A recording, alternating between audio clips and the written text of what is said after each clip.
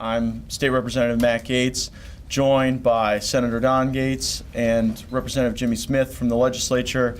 They are co-sponsors in this endeavor. We also have with us from Brevard County Sheriff Ivey, and Sheriff Creel from Wakulla County was unable to be here but sent Trey Morrison and Mike Crum from his agency.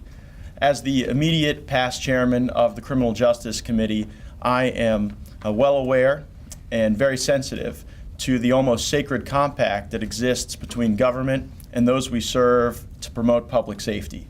And it is with that in mind, the promotion of public safety, and to vindicate and restore a fundamental constitutional right guaranteed by the Second Amendment, that we, Senator Gaetz, Representative Smith, and I are here to offer open carry legislation in the state of Florida.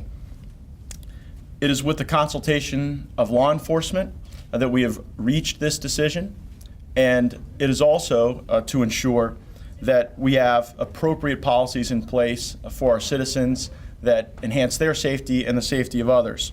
The legislation we've offered simply says that if someone is a concealed carry permit holder, that they will be able to carry openly. The bill does not expand the number of people who can carry firearms, and it doesn't change the places where people can carry firearms. Today, any property owner can say that they don't want someone carrying concealed on their property. That doesn't change as a result of this bill. So if a shopping mall or a theme park or a grocery store wants to not allow someone to carry firearms on their premises, that is unchanged by the legislation that we have offered. 45 states in America allow citizens to carry openly today. Florida is one of only 5 that does not. As a libertarian-leaning Republican, I like to see Florida on the list of states that enhances people's rights and makes people stronger, not on the list of states that restricts the choices and the rights of our citizens. The decisions we make in criminal justice must be data-driven. They cannot be fueled by any sense of extremism or reactionary politics. It is important to note that the Department of Justice each year collects data in their uniform crime statistics. The most recent data that is available is from the year 2012.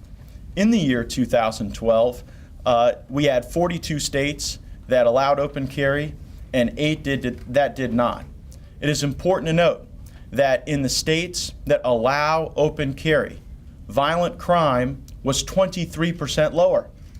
The murder rate was 5% lower. The aggravated assault rate was 23% lower, and robbery rates were 36% lower. And so while we will certainly hear from shrill voices on the left that open carry will lead to the wild, wild west, that is not borne out by any of the data that we have.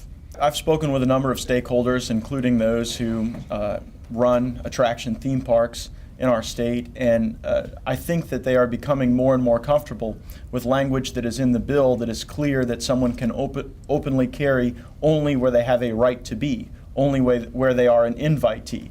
And the common law is very clear that when you are an invitee onto someone's property, you have to conform to the regulations that they set forth.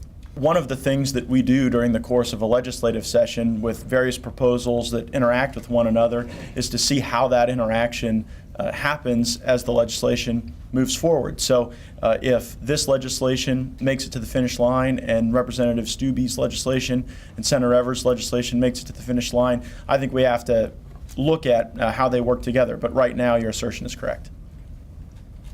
In Florida, we have taken steps in recent years to ensure that we have safe gun laws that also protect the Second Amendment rights of our citizens. Representative Barbara Watson may be one of the most liberal members of the Florida House of Representatives, but when I was criminal justice chairman, we worked together across party lines, and we passed legislation that ensured that many people who were mentally ill wouldn't have the opportunity to carry firearms. We don't want to go and undermine that bipartisan legislation that I think was productive in making our streets safer by going to a system where we don't have the opportunity for those important controls and safeguards. There is no law that I'm aware of that can definitively keep guns out of the hands of the bad guys. Folks who intend to do harm in a world of internet ordering can always acquire firearms. So the question is whether or not we want to have policies that disarm the good guys and make it harder for citizens to protect themselves, protect their families, protect their loved ones.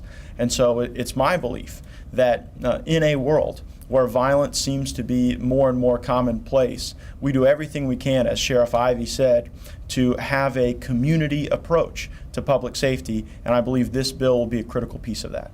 Existing common law says that when someone is an invitee to private property, if there's going to be any specific restriction on the conduct of that invitee that is enforceable, there has to be some notice given. So we don't change that element of the common law.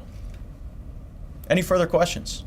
Great. Well, we have our first vote coming up in about 45 minutes in the Criminal Justice Subcommittee, and I have every expectation that this legislation will move forward, and I look forward to seeing this become law in Florida. Thank you all very much. Thank you, Sheriff Ivey. Thank you, Senator.